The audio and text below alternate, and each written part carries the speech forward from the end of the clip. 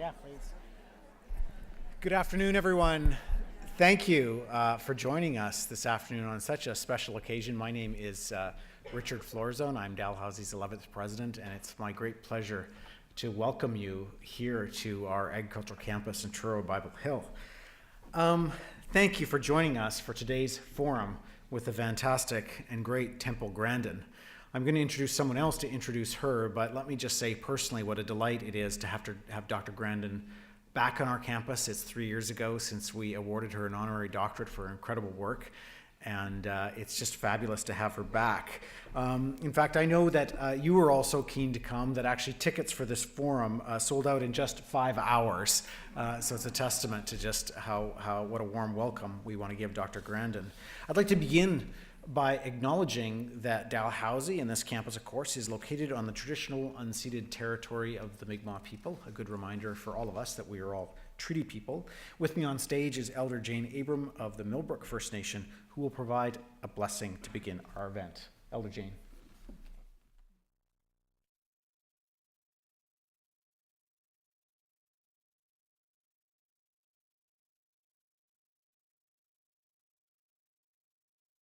Elder Jane. And thank you for being with us here this afternoon. 2018 is a special year for our entire university, for Dalhousie, as we reflect on our university's history and look towards our third century. Our 200th year is filled with events, programs, and performances across all of our faculties and campuses in the community and even across the country. In fact, as part of our Coast to Coast alumni tour. The tour's final stop is actually here tonight, right here in Truro at 7 p.m. in the McRae Library. And we still have a lot in store in the coming months, so I hope you'll stay connected. You know, from the very beginning in our founding 200 years ago, Dal has aspired to the highest academic standards and to be of service to the community. 2 centuries later, we've grown from that little college by the sea into a national university and the leading research university here in Atlantic Canada. But we wouldn't be here today without our people, because our history has been written by our teachers, our scholars, our students, enriched by their identities, their cultures, their values, their actions, and of course their teaching and their scholarship. As we enter our 3rd century at Dal, we're more committed than ever to creating an environment where all members of our community feel welcome, supported, and respected, where they feel like they belong. So all year, as part, a really central piece of our bicentennial celebrations, has been this Belong Forum series, where we've been asking the question, what would it take to create a world where all truly belong? Today, Dr. Temple Grandin will address that very question. I can't wait to hear what she has to say. Next month, we'll hear from U.S. civil rights trailblazer Angela Davis, and then from disability activist and former Paralympian Rick Hansen as part of the Belong Forum series as we wrap up our 200th year. I hope you are as excited as I am about the months remaining in our 200th celebration and learning more about how we can create an even more inclusive Dal and country for everyone. And you can find more information about upcoming 200th events at dal200.ca.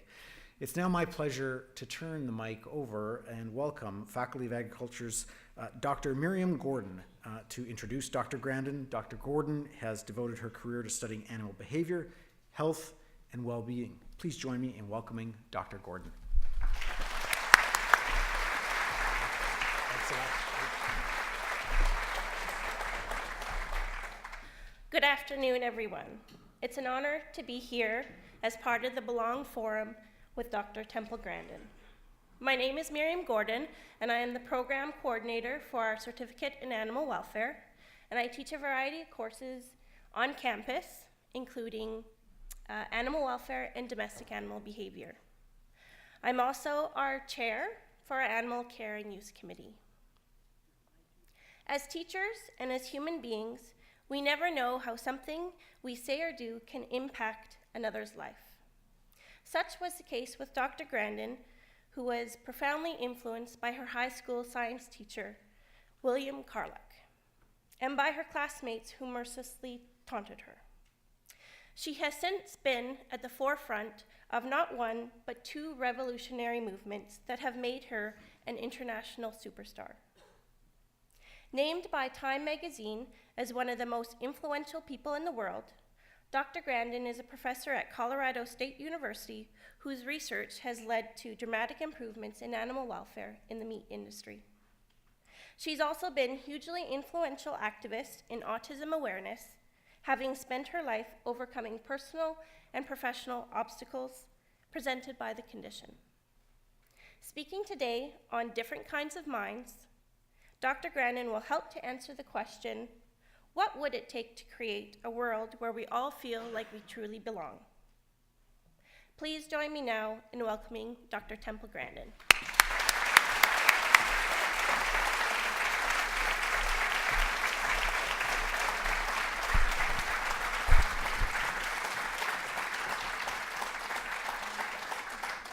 Really great to be here today. Got lots of things to talk about today.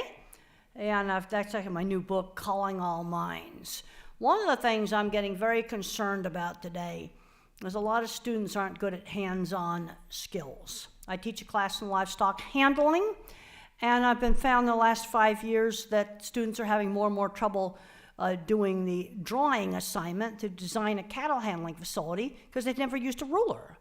And I talked to the professor here that teaches a class in aquaculture where they have to draw a fish farm, and they've got exactly the same problem.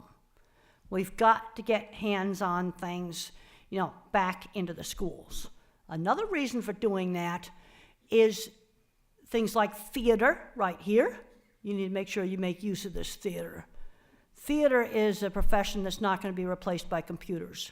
People are still going to see live theater. Skilled trades like plumbers and electricians. I have stayed in 3 hotels in the last 6 months where the water system failed.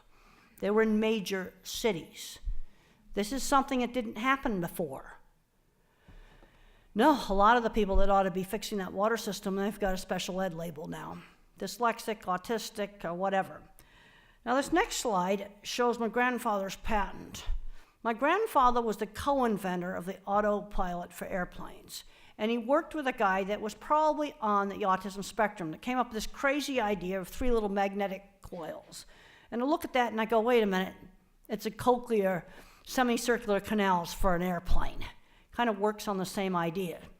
And when this idea first came up, everybody in aviation thought it was completely crazy, that Andrew Nickian was crazy. My grandfather goes, I can make this work. And they worked in a loft over the trolley car maintenance barn, tinkering. They had to tinker to get it to work. All the other big avionics companies were trying to connect an airplane steering right up to the magnetic compass. That was a big mess. It went back and forth like this. And then sometimes the compass would work just fine, and sometimes it didn't. My grandfather had to figure out what was wrong. And what was wrong was the great big huge steel trains were going like maybe 2 meters below the workbench. And that was totally messing up the magnetic field. And they got it out away from the trains, and then it worked. You see, that's tinkering. That's figuring out how to make it work. And when I was a little kid, I used to ask my grandfather endless questions like, how do tide gates work? The tide gates are gone now. These were gates to where there was a lagoon where when the tide went out, the gates that stopped the lagoon from turning into a salt marsh, they got ripped out because they're not environmentally really cool. But you didn't have a big mud flat. And then I'd ask him, why is the sky blue? Why is grass green? All kinds of endless questions. And he was very, very patient, and he would answer my endless questions about things like why the sky is blue. Well, I found this picture on the cover of one of my science magazines. Little kids prefer to do real activities. We got to get kids back making stuff and doing stuff. And about a year ago, I went to a kindergarten at Northwest Missouri State University where they have 5-year-olds using tools and making robots. And then the little kids go, well, what if we hook it up to the charger? Is it going to walk? No, I don't think it's going to walk. But we need to be getting kids back out doing a lot more hands-on stuff. I used to spend hours and hours tinkering with little bird kites, tinkering with all kinds of things. And we got to get kids doing that. And that's one of my hand-drawn drawings. Now, when you're weird, the way you sell yourself is to show off a portfolio of your work. That's how I sold jobs. When you're weird, you got to show your work off. Now, why does that say people need the touch to perceive? Well, I've been in the media industry for 44 years, and when the industry switched from hand drafting like this is a drawing I did in the 80s, right in the height of the hand drafting era. In the early 90s, they started to switch over. And I noticed strange mistakes started showing up on drawings. Things like the center of the circle was not in the center of the circle. You had 25-foot-long gates. There's no way that's going to work. And every time we had these messed up drawings, it was drawn by somebody who had never built anything by hand, and he had never drawn by hand. They were not seeing the drawings. And then I went out and I visited Pixar about 5 years ago. And they said, sometimes we got to get them off the computer, and they got to get back on the hand drafting board. And then I went over to another animation studio, and they had a big, huge 3D printer. And they were printing cartoon characters out on the 3D printer. And they were putting them on the mouse pad where they could touch them. Not up on a shelf to look at. They wanted to be touching them. Got a touch to perceive. I had a chance to go down to Cape Kennedy. It was absolutely fantastic. Seeing a real launch is nothing like watching it on TV. Get out and do real things. And when I was a teenager, I did model rockets, and here's the real launch pad. And this brings up another thing. When I was a little kid, I was a severely autistic little kid. Now, for me and my identity, autism's an important part of who I am, but the cattle industry and the livestock industry comes first. And the person who designed this launch pad has Tourette's, guy probably in his 50s. So what would you rather be, Mr. Tourette's or Mr. Launchpad? I think Mr. Launchpad is a whole lot more cool. And in the movie, there are scenes in the movie when I was in my 20s that I had these cattle pens that I put on myself. And the cattle industry came first. Today, being a professor comes first. Now, I've done a lot of thinking about this whole identity thing, and I'm seeing too many people where their disability is becoming their whole entire identity. No, and also a lot of people of my generation learn how to work at an early age. I'm finding a lot of granddads coming up to me, and they're finding out that they're on the autism spectrum when the kids get diagnosed, but granddaddy had a paper route at age 11. Manners and social skills were taught in a much more concrete way. And I did model rockets. Well, there's the real launch. There's SpaceX, real launch. But we had to build our rockets. Today, you can buy them ready-made. That's not the point. You make them. Now, you don't make the engines. That's a safety issue. But no, you don't make the engines. You buy them from Estes Industry. You can still buy them from Estes Industry today. But you make the rockets. I had to cut out the balsa wood fins, sand them really carefully, glue them to the rocket with Elmer's glue all. That's making stuff. And we had to test our rocket to see if it was stable. You'd tie a piece of string on it, swing it around your head, and if it didn't fly straight, you didn't launch it. You had to do a stability test. Now, when I was about 7, I spent hours messing around with a little bird kite like this, and this is in my book, Calling All Minds, and I had to tinker and tinker and tinker to get it to work. I found that plastic grocery bag doesn't work very well for a tail. And when I went back to make this as a grown-up, it wasn't as easy as I thought it would be, because I couldn't get the exact same materials I had as a little kid. I couldn't get this rough surface art paper, or at least I couldn't get it easily. I had to use file folder. Doesn't have the same flight characteristics. So I got to looking at rough surfaces. So I started studying golf balls, and the rough golf ball flies further than a smooth one. And that was an accidental discovery.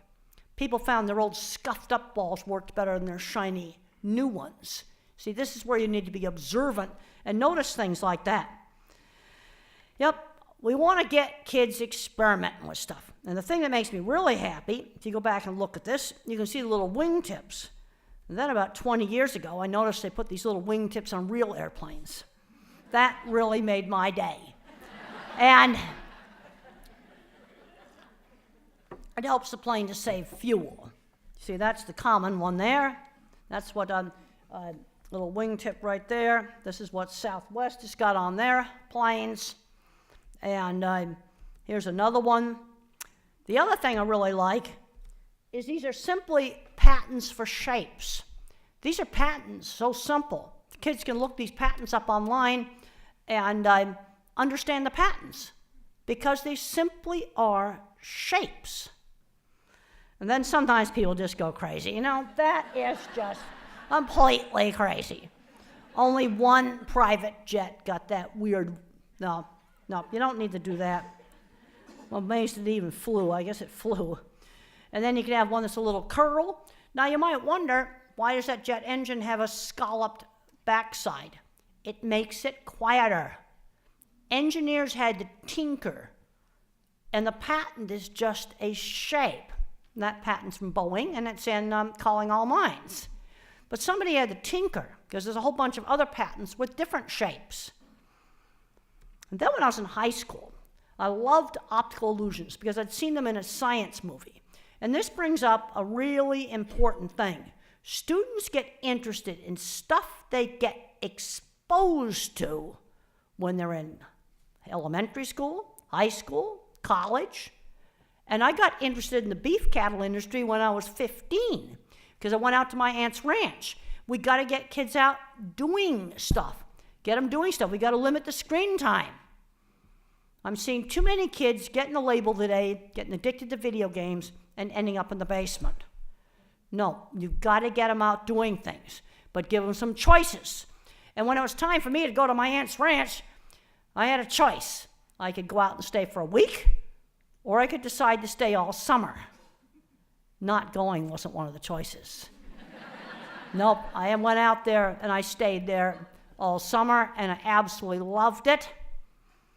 And my science teacher wasn't going to tell me how to make this optical illusion where one horse is going to look bigger than the other.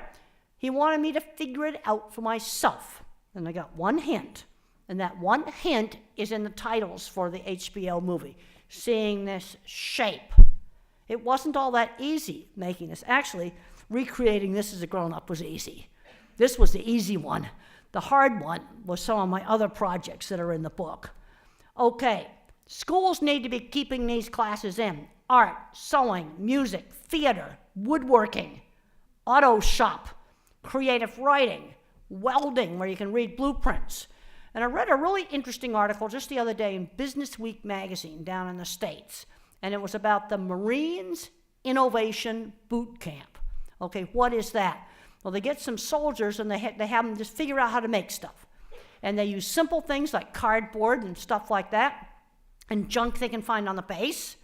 And they also use the 3D printers and laser cutters. So they got a range of real fancy stuff to use and simple stuff to use. And then they got to build stuff and solve problems. And what they found I thought was super interesting. The truck mechanics were the best at this. That's going to be the visual thinkers. The degreed engineers from Stanford and MIT, they can do certain things, but they weren't good at figuring out how to make a sensor that would detect a truck going down a road out of cardboard and some other cheap materials. They weren't so good at doing that. I've actually figured out how to make 3 different ones already. I was thinking about it all day yesterday. And here's the granddads finding out they're on the autism spectrum. See, the thing about autism is it's just part of brain variability. In the milder forms, autism is simply personality variant. A person can be more emotional, or a person can be more thinking. At what point does it become an abnormality? It's a continuous trait. Now, obviously, you don't ever get speech. That's an abnormality. And the thing is, a little bit of autism, you get a brilliant engineer. A little bit of too emotional, you get bipolar and creative. And here's the paper that's really interesting paper. I found this paper online. Genomic Trade-Offs. This is the title of a paper, 2018. Are autism and schizophrenia the steep price for a human brain? The same genes that make us have a big brain are the same genes that cause autism and schizophrenia. And I had a whole genome analysis done. And it told me about why all my physical problems, skin problems, missing teeth, a whole bunch of problems, why I get hot all the time. Explained all that stuff. Simple Mendelian traits popped right out. The autism at 15 genes, shank, this and that, didn't mean anything because there's a whole lot of genes that contribute. They're the same genes that make the brain big. This is why if you have an engineer dad and maybe an engineering mom, you might get a severely autistic kid. The genes are additive. Another interesting thing is another fascinating paper. Solitary mammals as a model for autism. Lions are more social than panthers or leopards. There's crossover with autism. Does that mean panthers are defective? No. You see, this is where it's a continuous trait, but it's a continuous trait that then merges into something that truly is abnormal, like not learning how to talk and maybe having other difficulties. Now, the thing I want to ask you is what would happen to some of the top innovators today? Because some of our top innovators would have probably landed in special ed today. And a lot of these top innovators had an unconventional educational path. Where would Steve Jobs, bullied in high school? He was a weird loner who brought snakes to school. Didn't have any friends. Where would he be today? Little Albert, no speech until age 3. Where would he be today? And let me tell you how to get kids turned on to math if they like math.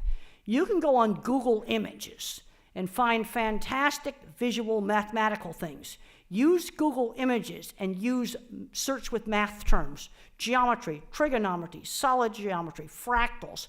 You'll find web pages you'll never, ever find anywhere else. You want to find something really cool? How about quasi-crystalline graphene? That is going to be beyond cool. And if you have a little 5-year-old or 8-year-old that's good at math, give them the harder stuff. Take the thing the kid is good at and build on it. My thing was art. It showed up at about age 7 and 8. My mother always encouraged my art skill, and you want to broaden it. Some kids today, they just want to draw anime and nothing else. When I was a little kid, it was endless horse heads. Well, you want to broaden it. Let's draw the horse's saddle, its bridle. Let's draw its stable. You want to broaden that thing that the kid is interested in. The kid likes cars. Let's learn how cars work. That's physics and science.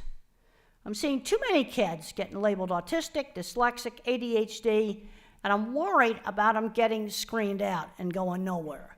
Because in my work that I've done with the big meatpacking plants, I worked with a lot of skilled tradespeople that would definitely be special ed kids today. And you know what? They're retiring, and they're not able to replace them. These are guys that are kind of quirky and weird, and they could build anything, but they learned how to work. They had paper route when they were 11 years old.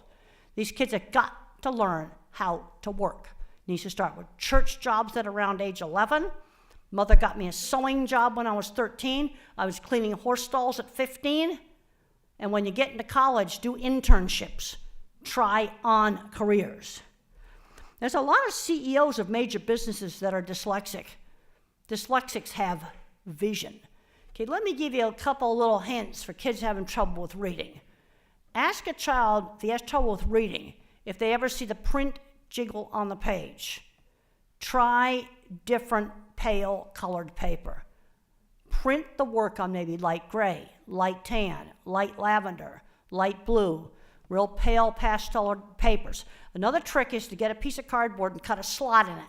So you can read either one line at a time, 2 lines at a time. Those are 2 little tricks. Maybe they'll work, maybe they won't, but it's worth trying. Another thing with younger kids that have any kind of a special ed label, their brain's processing speed is slower. Always encourage the kid to use his words, but give them time to respond. They're like a phone on one bar. You've also got to teach these little kids how to take turns. They're really bad about waiting and taking turns. And there is Thomas Edison's patent. And he was labeled as a hyperactive adult high school dropout, whatever that means. Thomas Edison was very, very successful. And then there's Nicholas Tesla. He invented the power plant. He was probably on the autism spectrum. And then there was Nickian, worked with my grandfather on the autopilot. I'm pretty sure he'd be labeled autistic today. Yeah, my grandfather made the three coils work. He didn't come up with the idea. Where everybody else in aviation was chucking that idea out. My grandfather goes, yeah, I can make that work. You see, this is where you need different kinds of thinkers working together. Now, what are some of the common denominators of some of these successful, unique minds growing up with lots of books and learning? I couldn't read until 3rd grade. Mother taught me with phonics, taught me how to sound out my words. Another kid's going to learn just whole word. Use the method that works. Early exposure to career interests, learning how to work. I had some good mentors. I had a great speech teacher when I was really little, and my speech teacher would slow down and carefully enunciate words so I could hear them. A wonderful 3rd grade teacher who ran our elementary school. Big high school, total disaster. I got kicked out for fighting. And what I had to learn to do is to switch from anger to crying. And at NASA, when they canceled the space shuttle, the scientists cried. They've been throwing things, they wouldn't have been able to keep those jobs. And then there was Mr. Carlock, my science teacher in high school. And I had some good teachers in college, too. There was Mr. Dion, the math teacher, who tutored me in math in his office. This is where a good teachers can really make such a difference and do those internships. I was doing internships in college before internships were official things.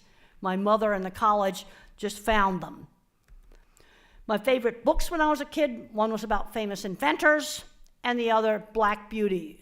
Those are my 2 favorite books when I was little, or rather they're the books that Amazon had that were the closest to what my favorite books were like.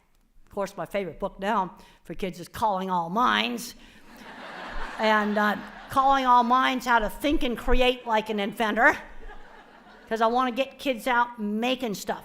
And when I talked about that book in May, I found out that half the elementary school kids in Colorado had never made a paper airplane. This is ridiculous. Arts foster success. This is an interesting study. A Nobel Prize winner in science was 50% more likely to have an arts and crafts hobby compared to other scientists. Things like painting, music, theater, dance. Yeah, this is another reason for keeping these classes in the schools. It helps scientists to be creative. This is one of my most important slides. This is the different kinds of minds.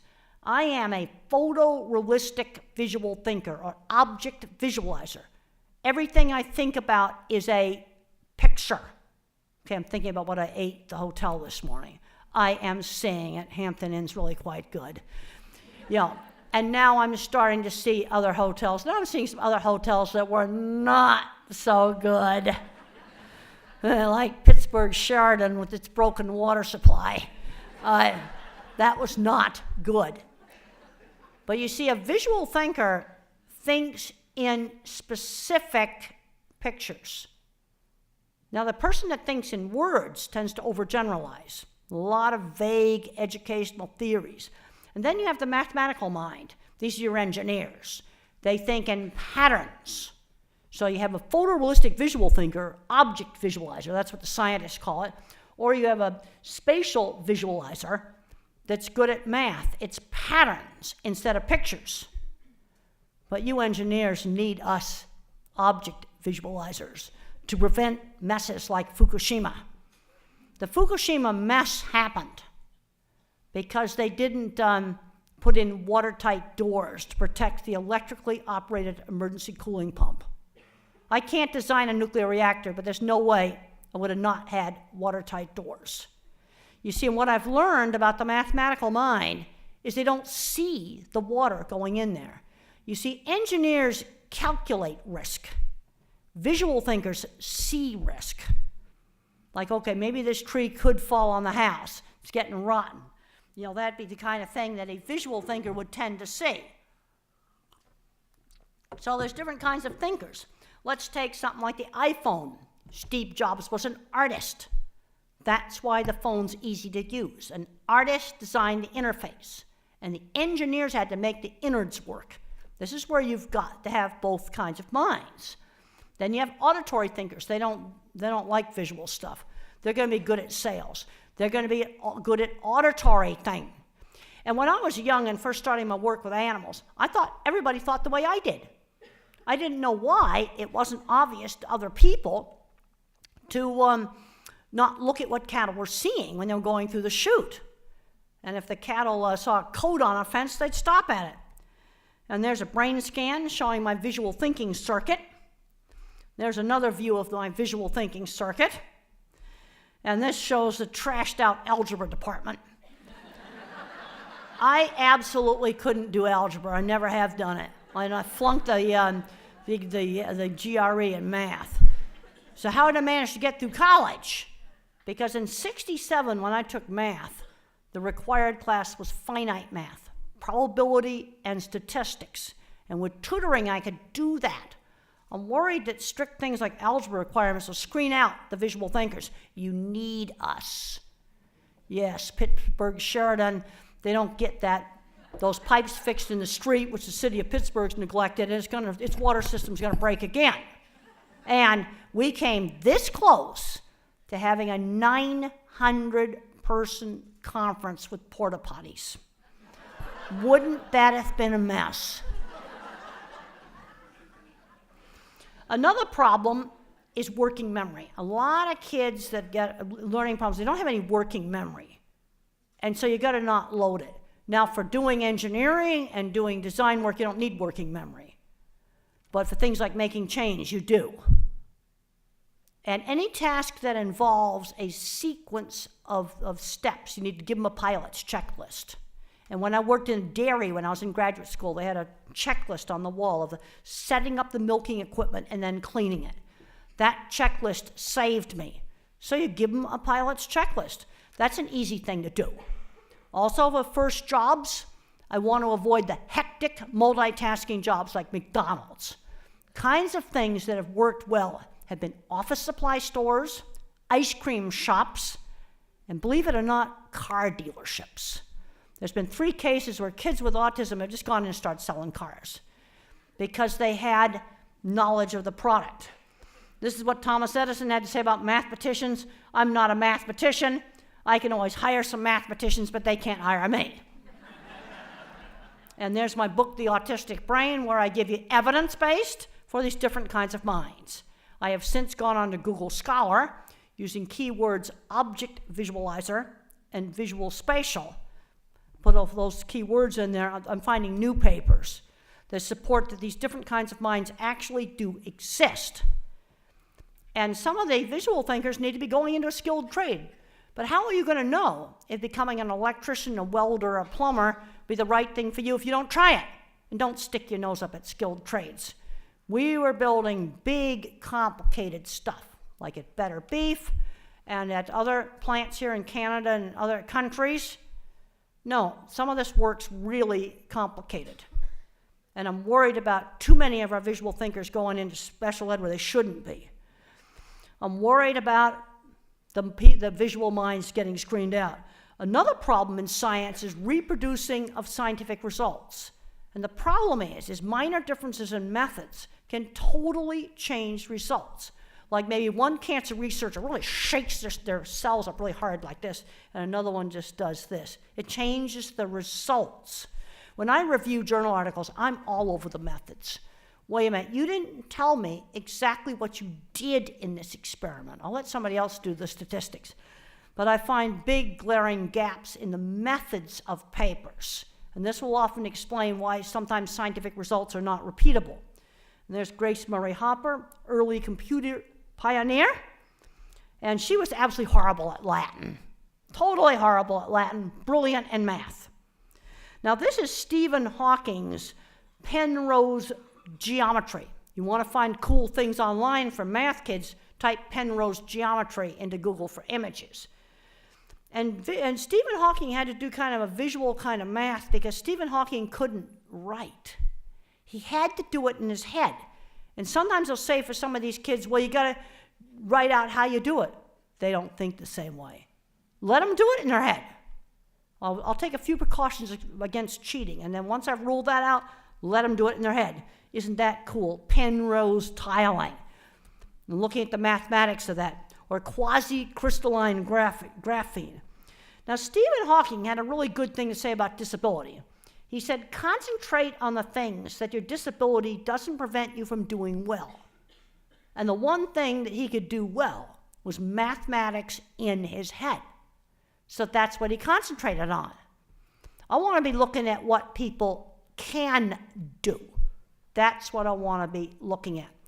And I went to a disability conference last year, and I ran into a blind guy who had been turned down from like 20 jobs. This is just really awful. He'd make it through all the online stuff, and then he'd get to the final interview, and the HR person would see the seeing eye dog, and then they'd panic. And I think the disability organization didn't handle it right. I think that HR person kind of panicked, think, oh, I got to do so many complicated accommodations. There's actually only one accommodation the guy needed, because this was a call center job. Load the special software on the computer. He should have been instructed to go in there and say, look, all you got to do is put this software on your computer. I'll bring everything. Special keyboard, my headset, everything. I'll bring my friend over to train me to your office layout.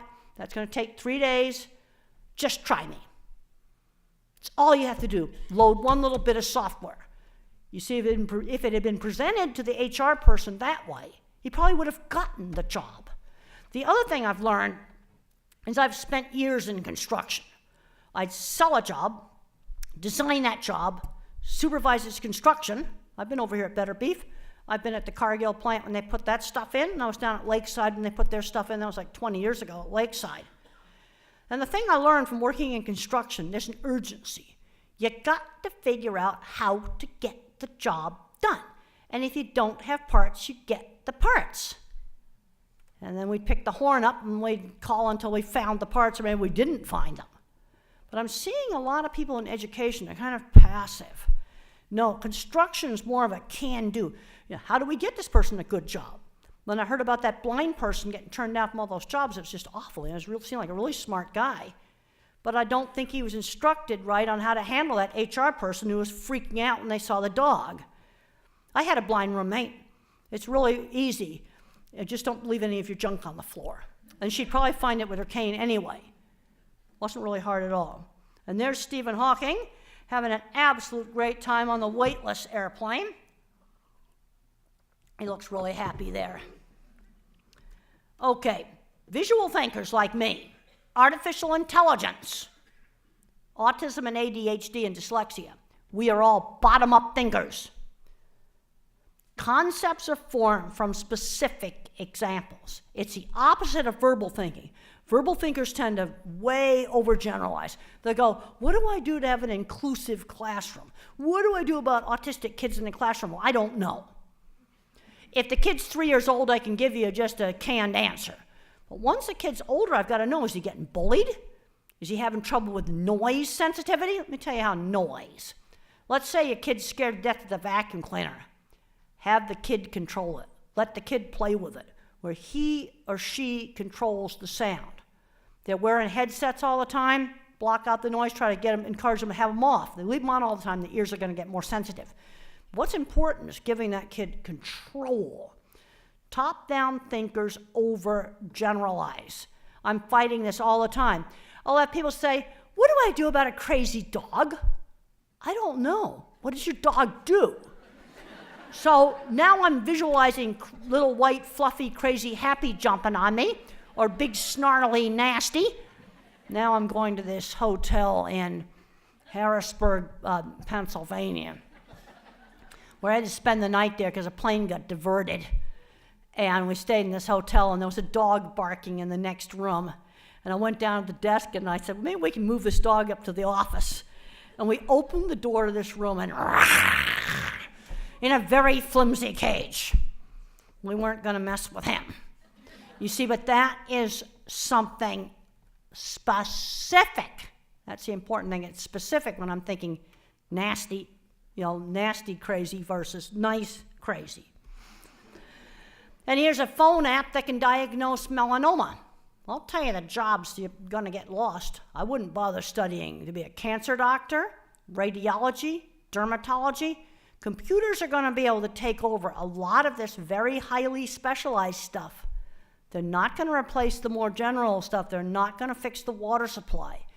They're not going to, build complicated buildings. I just don't think that's going to happen. Ultimate bottom-up thinking in artificial intelligence. We're not making any hypothesis up front. We're using patient-derived data to generate hypotheses. That's exactly how I think. You take the data, it's bottom-up thinking. Now, in my animal work, being a visual thinker really helped me because I'd noticed things other people didn't notice. And when I first started, I thought I couldn't figure out why other people didn't notice that the cattle or the horse didn't want to walk over the shadow or some little thing that moved. All right, let's see how good you are at observation. How many people know what that is? Eclipse shadows through a tree. Those eclipse shadows were on the sidewalk. That's the sidewalk in front of our library at Colorado State. Students just walked over this and didn't see it. And I noticed that the eclipse made these weird shadows. I didn't know eclipses did this. I looked it up after I got home. But I noticed it. The other students didn't. I go, what's with these funky, weird shadows? I've got to take some pictures of this. And I noticed things like a chain hanging down would make the cattle stop. I still have to talk about chains hanging down. People are not removing them. 44 years later, still have to talk about that. I went to meat plant 2 years ago, get into Dublin, Ireland. They rent a big, fancy black helicopter. Man, you want a cool entrance. Take a black helicopter and land on the front lawn of a beef plant. And the cattle wouldn't go in the stun box. You know what was wrong? About a few holes in the door, about this big around, and they were seeing motion through the holes. Put some duct tape over the holes, fixed it. Well, that was 2 years ago. Guess I got job security. And then this summer, they went to another beef plant, and they were spraying water right on the entrance of the chute, and they wouldn't go in. I turned off the water. I guess I got job security. People just aren't seeing it. And then I turned the water off, and then even worse, at the same place, they had a gate that needed to have the hinges oiled, and it wouldn't close back against the wall like this. It was sticking out in the alley like that. This is on their main drive alley. Okay, fix the gate. They walked right in.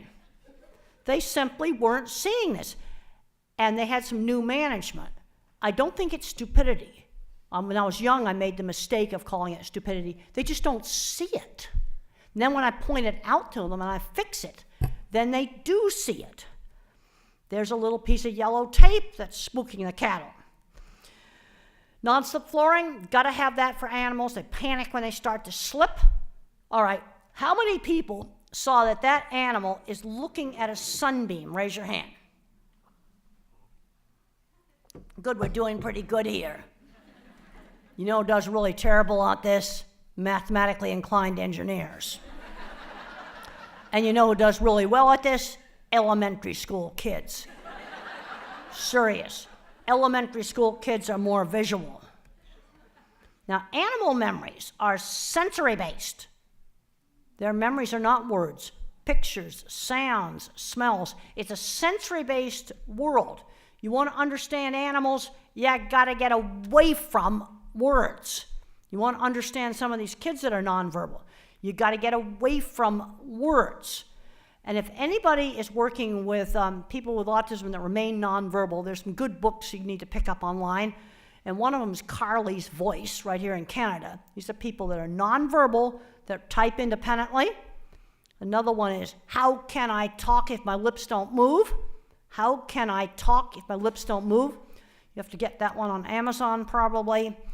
And then there's The Reason I Jump and the sequel to The Reason I Jump. And anybody who's working with individuals that remain nonverbal, those books are required reading.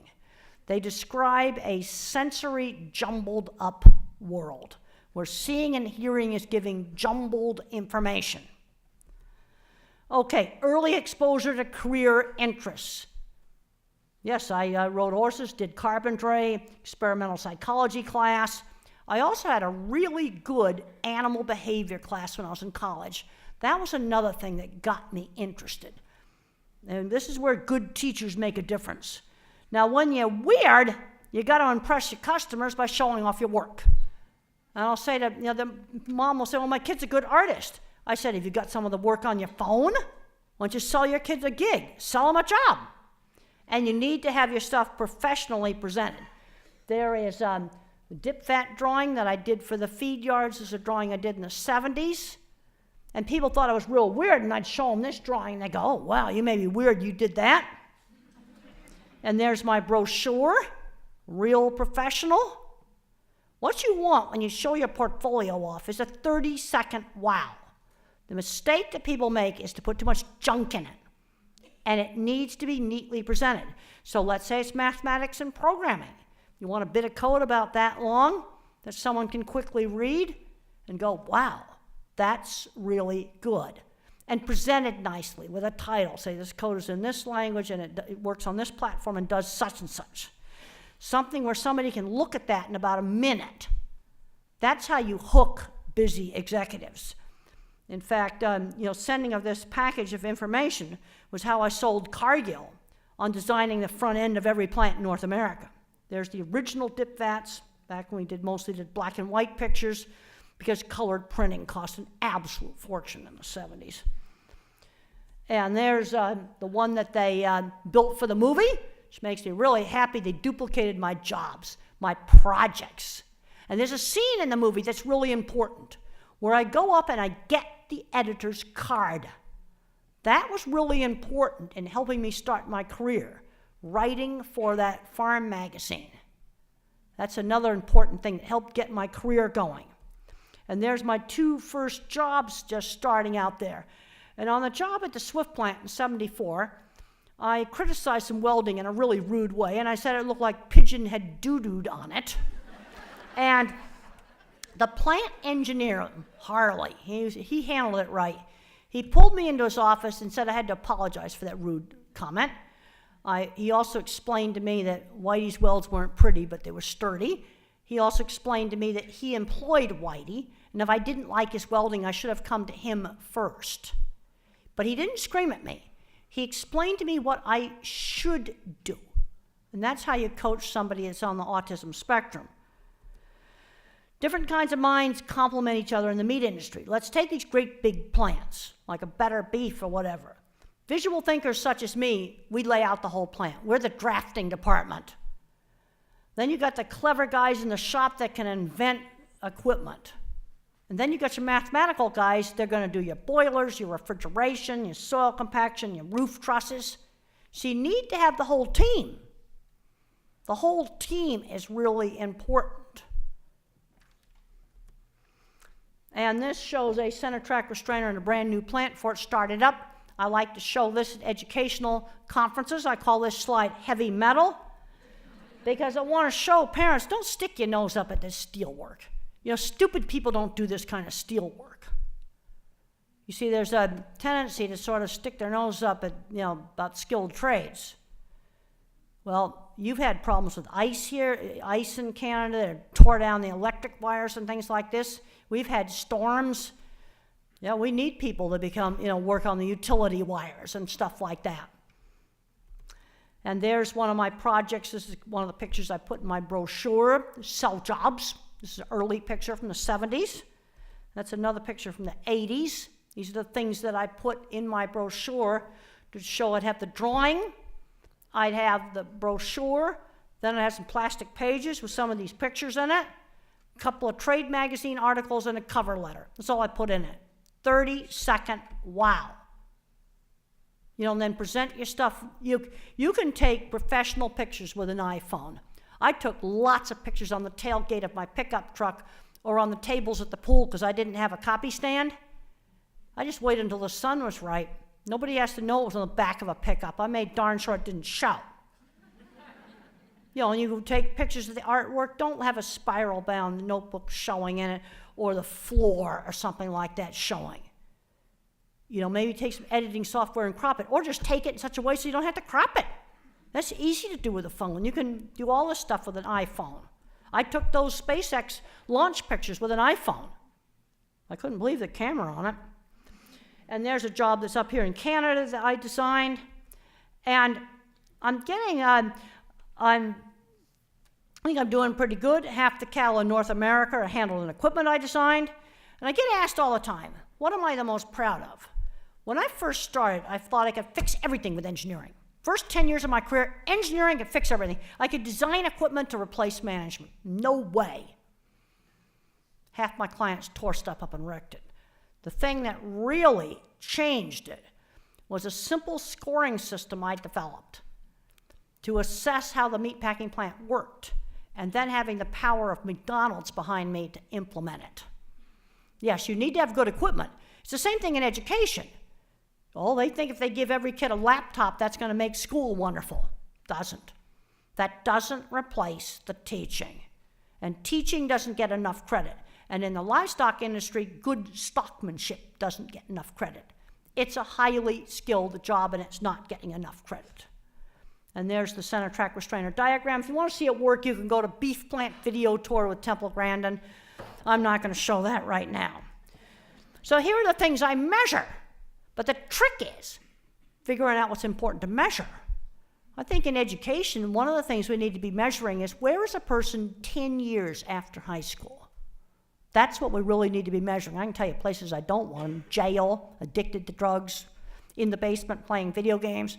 And what I'm seeing with kids with with a special ed label, the ones that are fully verbal, you get some that hole up in the basement playing video games. You've got to control that. They're not becoming video game designers. They're not even doing video game tournaments. Yes, I am aware of that, but that's not where they're going. And then you teach them how to work, get them doing enough different experiences to go out and getting a job, and they're liking it. So that's what I'm seeing. So I measure, well, how many animals did you make unconscious with the first, shot with the stunner? You know what the number one cause for failure is? Broken equipment. That's management.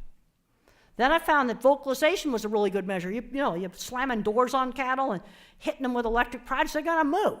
So that's a really good measure of a plant doing a lot of bad stuff they shouldn't be doing.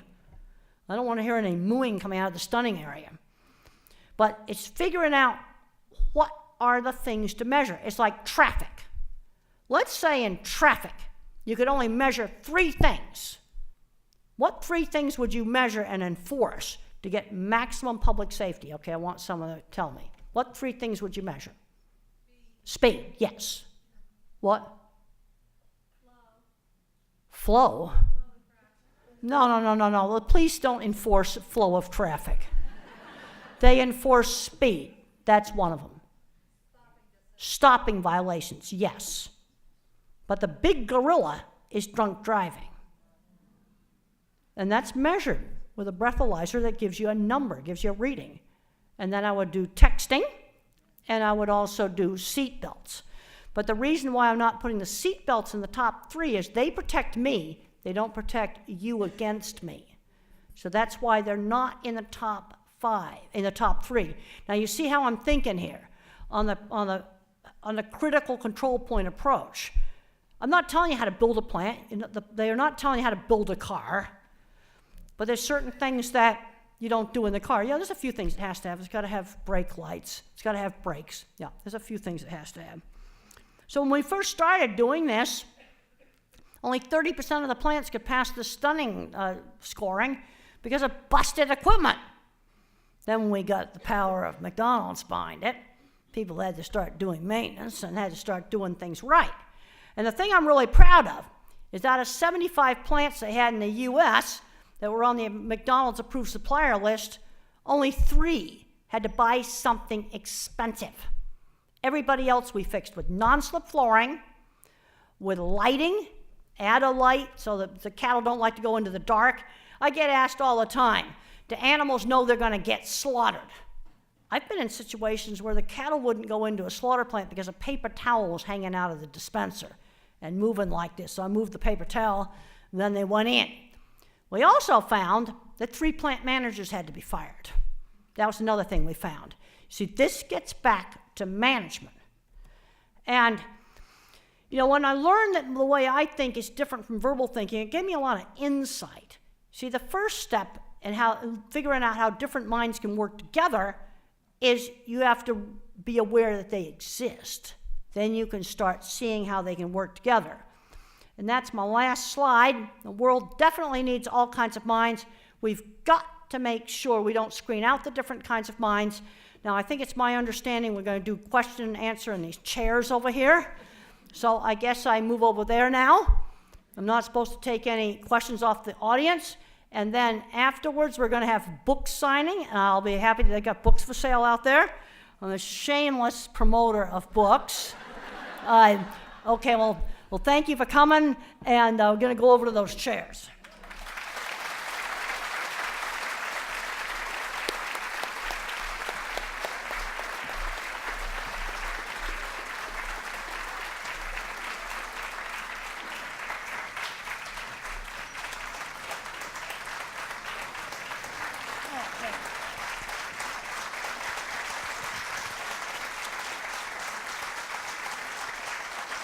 Wow, how about that, eh?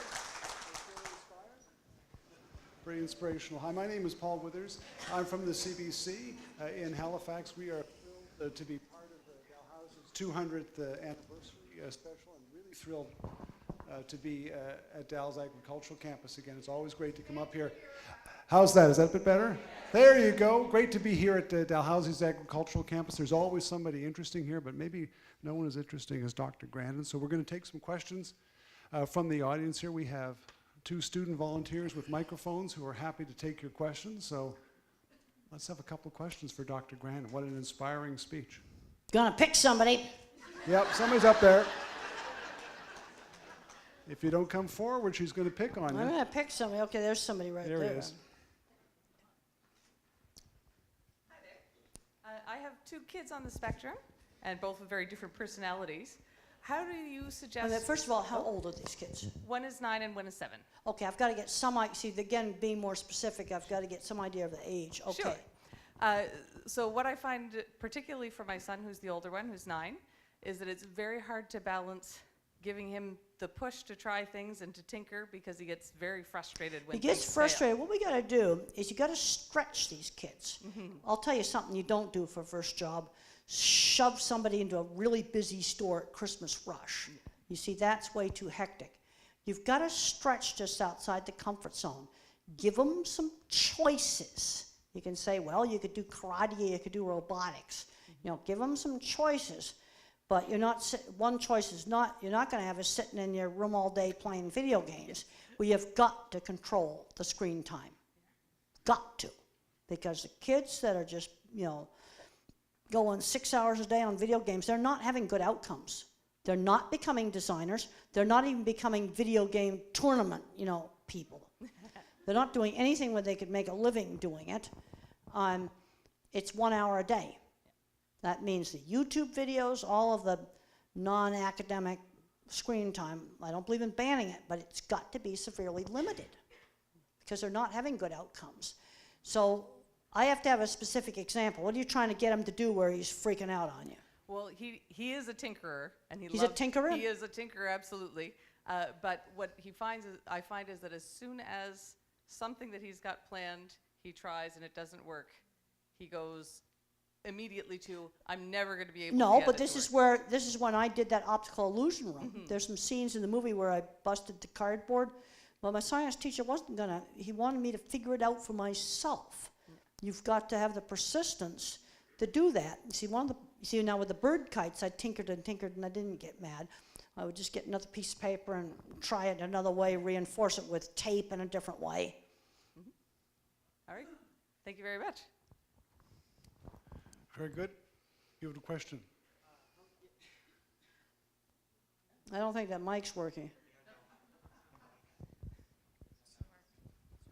Maybe it's not on. Maybe it's the mute. There you are. Okay, all You're right. good. Thank you. Hello. I am a Dalhousie alumni. I'm also on the spectrum. And I was wondering, who for you was personally perhaps the greatest inspiration growing up during when you, whether it be someone with autism or someone without it? Who was your greatest inspiration for you growing up? Well, I had a picture of Einstein on my wall, but I also had this sign about obstacles are those terrible things you see when you take your eyes off the goal. That was on my wall. I also have this poster that I got in graduate school, and it said, you know, be what you can be. The only problem with being ahead of your time is when people realize you're right, they'll say it was obvious all along. You got two choices, dissolve into the mainstream or be distinct, and be only you can be by Ellen Ashley Pitt. And I found out 5 years ago that came from a poster company. And it's on creativity, and that's been on my wall since graduate school. I had some great teachers. There was also a really good building contractor that approached me because he'd seen my drawings. You know, and then when I got into animal behavior, there were some people like Ron Kilgore in animal behavior that I really looked up to. You know, and they had done some experiments with handling sheep that was kind of similar to some of the stuff I had done. What's your field? My field is history, so I am very much an arts individual. Well, one of the jobs you could do is history teacher. You might do that. That could be something you could do. You know, find something that you can be good at. See, one of the things that really bothers me, especially with the fully verbal segments, I'm finding so many skilled tradespeople that I've worked with, people that own and have built food factories, who are old, that are older than me, and we've sat down and discussed what their diagnostic labels would be, everything totally bad, and the guy got started washing dairy equipment, and he had to take it apart, and then he figured out how it worked. See, this is what really bothers me as I go back and forth between a meatpacking plant and then an autism meeting and then maybe an educational conference. I want to see, you know, especially someone like you, I want to see you get into some career that you can be successful at. And yes, social skills are awkward. Another reason why Granddaddy had a job is because in my generation, social skills were taught in a much more structured way with what I call teachable moments. So if we're having dinner, we had sit-down dinners. We were not allowed to bring books or toys to the table. And if I stuck my finger in the mashed potatoes, Mother didn't scream no. She'd give the instruction, use the fork, because other people think that's disgusting when you lick it off your fingers. They would give the instruction and then tell you why. And that's the way all kids were taught social skills. That was done with all kids in a much more structured way. Do we have Thank you. another question there? Oh, we do. You, sir. Me? You, Okay. sir. Hi. Thank you for your time, Temple. I'm just wondering how you recommend helping people to identify the type of learner that they are. All right, let's discuss that. Usually the type of learner a kid is will show up around 7 or 8 years old. Art, for me, it showed up in 2nd and 3rd grade. That's about 8 years old. Math, kids good at math. They get good at math, or they get good at music. It will show up. If they get exposed to stuff, you'll see it. And then if you have a kid that's good at math, don't make them do baby math. Give them harder math to do. I'm not suggesting putting a 3rd grader in high school, but then get the 6th grade math book and let them do the 6th grade math book. That's what you do. And then the kids, the verbal thinkers often are good at writing. Another problem I'm seeing today with a lot of students, and we're seeing it here too in Prince Edward Island, is writing skills are terrible. And the reason for that is in school they're not copy editing the work. The way I learned how to write is the teacher would red mark up my work and then I had to go correct it.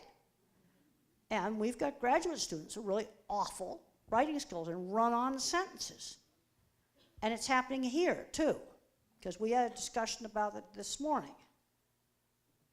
All of this makes it harder too for the kid that's different. Thank you. Question. Good day, Dr. Grandin. Thank you for coming. My nephew is autistic. How old? He's 10 now. He's nonverbal. Nonverbal. Okay, so I've got to have I have to have a little bit of specific information. Okay. All right. My brother struggles with two issues. One is social acceptance in dealing with him because he is nonverbal. And the other is that, as far as we can tell, he's highly sensitive, emotionally sensitive. So how do you integrate that into our society? All right, let's start talking about something specific. You see, you're talking about this very, very, top down and verbal. Let's start carefully going with specific things. let's look at his communication. Have you ever tried a tablet with a text messaging program on it to see if he can type on it? He's not interested. He's interested in screens, not interested in very tiny, tiny print. What does he like to do? Let's start with something he likes to do. All right, first of all, I want to ask you about He likes basics. music. He'll He tap. loves music. He'll tap. He'll Okay. make music. Well, let's try to do things with music. Now, can he do basic skills? Eat, shower, all those kind of, dress himself? No, he can eat.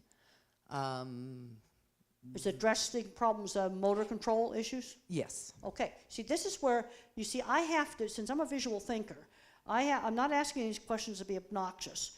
What I'm doing is I'm asking these questions because I have to make a visual image to start figuring out where I can start helping with the problems. Now, I think this book, Tito Mukhopadhyay's How Can I Talk If My Lips Don't Move, will help you. And they're going to describe things in there like when he was learning how to put on a t-shirt, if someone just yanked the shirt on fast, he couldn't process how it went on. But if the shirt was put on extremely slowly, then his nervous system could feel how it went on. Yeah, he can dress with assistance. So if you tell him, pull up your pants, he can pull them up. He can do that. And pull them up in the back. But if you don't tell him, He doesn't do it if you don't tell him. Okay. The one problem that a lot of people have is noise sensitivity. And the worst noises are sudden sounds. There's one place you always ought to wear the headphones, in the washrooms, because you've got these automatic toilets just come on and you can't control it. Every one of them's different on how it comes on. The hand dryer, it doesn't stop when you want it to stop. You've got no control over it. So that's a place you'd always wear the headphones. But then other places, you'd want to try to get them off. Let's start looking at a specific problem he has, then try to work on a way to remedy that problem. You see how I'm going very step by step in troubleshooting. I'm going to use the term troubleshooting. I'm going to use engineering language. And then when we fix stuff over at Better Beef, you get a leak in a hydraulic system, it's got a microbleed. And if you blow a hose, it's a major, artery busted there. It's hemorrhaging. So what is this? So tell me a specific problem you want to try to remedy. Attention. Attention. Getting him to be with you in the here and now. Well, because he's not. One of the problems with he's probably going to have a hard time with certain attention things. Okay, so what task are you trying to get him to do? Go to the washroom. Just go in the washroom? Just go to the washroom. Let's go to the washroom and do what needs to be done there. And unless you take him by hand to do that, and so he can't go and no. Can he use the? He uses the facilities. It's like he's not there. So you think he just tunes out? Yes. But you see, one of the things you'll learn when you read Tito's stuff is that the systems in the brain that are usually integrated are disjointed. Like his visual system works in a disjointed way. See, in the back of your head, you got circuits for shape, color, motion, and texture. And they have to bind together to form a graphics file. Then the brain has a stabilization system. Because you know how your eyes are jiggling all the time? But my image in the brain doesn't jiggle because there's a stabilization circuits in there. Nobody knows how they work. You know what? Scientists don't know how this works. And when these circuits aren't developed right, they don't work right. So if Tito sees a blue door in the wall, he might start out and just see a blue blob in the wall because the color circuit picked it up. But then the edge circuit for shape, it comes a couple of seconds later and then shows where the framework of the door is. So a lot of stuff is very fragmented. I think if you read these books, How Can I Talk If My Lips Don't Move, Carly's voice, and then also Carly Fleischman's blog. And then on The Reason I Jump, I actually like the sequel book better than The Reason I Jump. I think these books will really give you insight because the nervous system mechanisms are fragmented.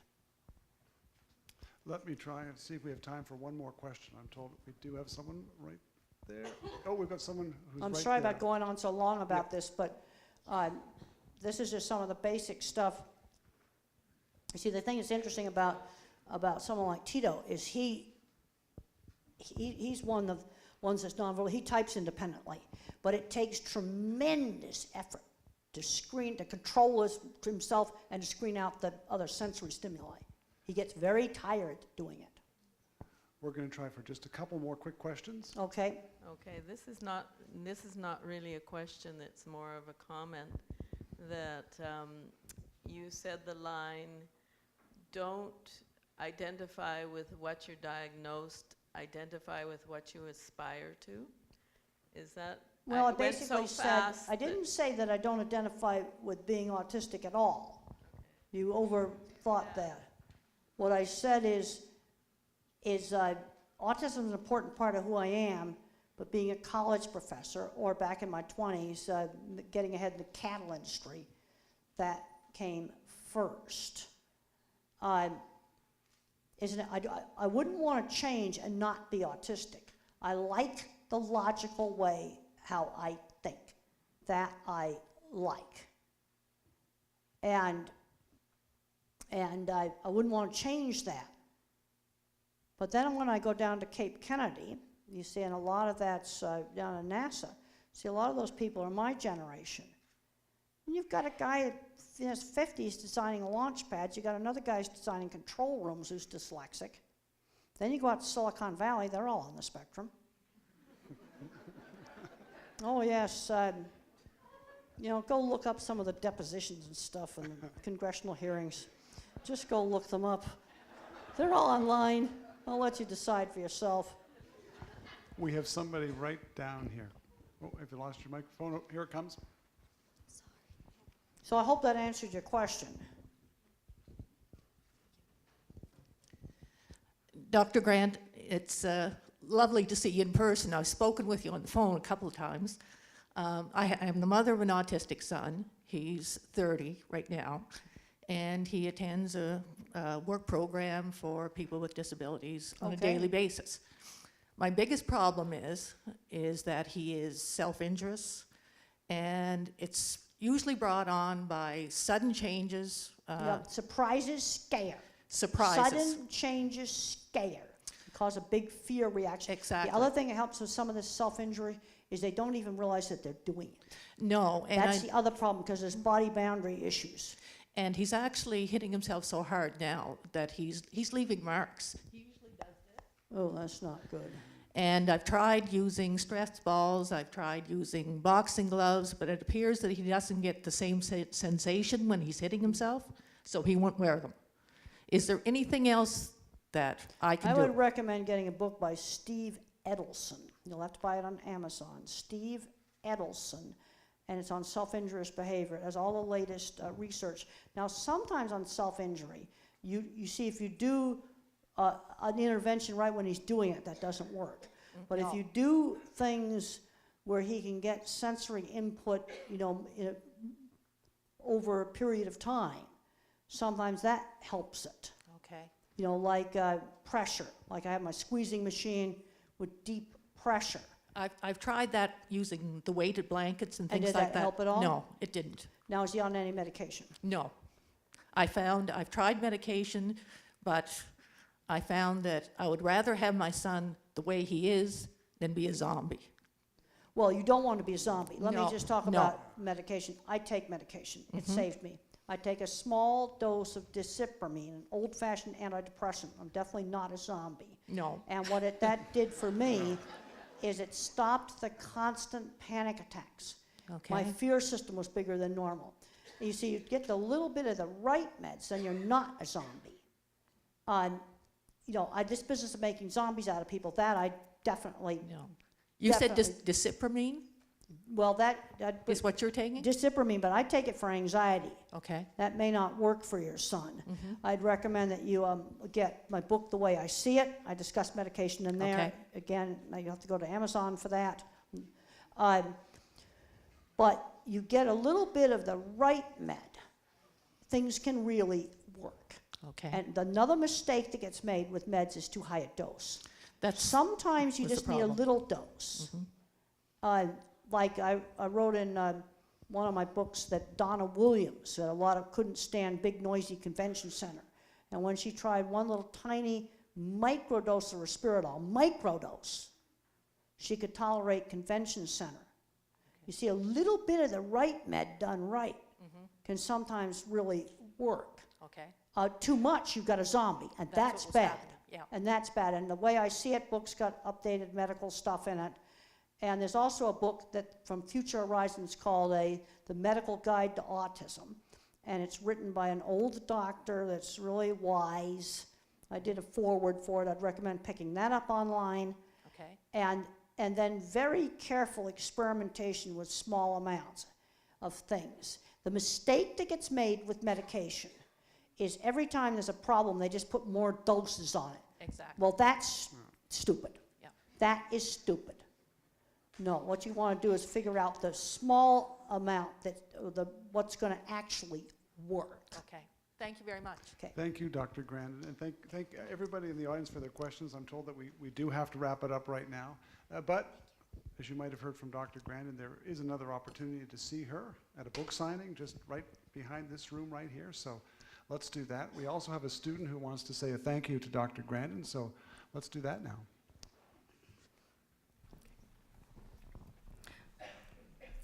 Thank you so much, Mr. Withers and Dr. Grandin. My name is Megan Newbold, and I'm a fourth-year animal science student with a double minor in plant science and environmental horticulture. I haven't quite committed to what future holds for me, but teaching has certainly been one of my considerations. You're truly an inspiration to so many, and I'm honored to be a part of this event with you tonight. The world needs all kinds of minds. And I think I speak for everyone here tonight when I say that you have given us so much to think about and discuss.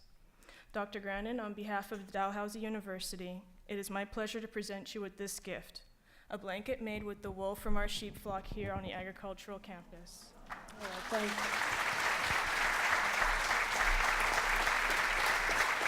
Well, thank you very, very much.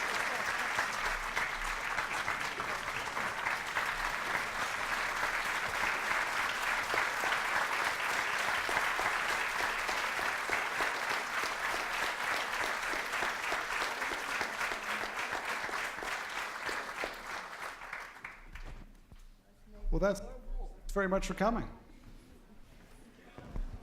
Keep going.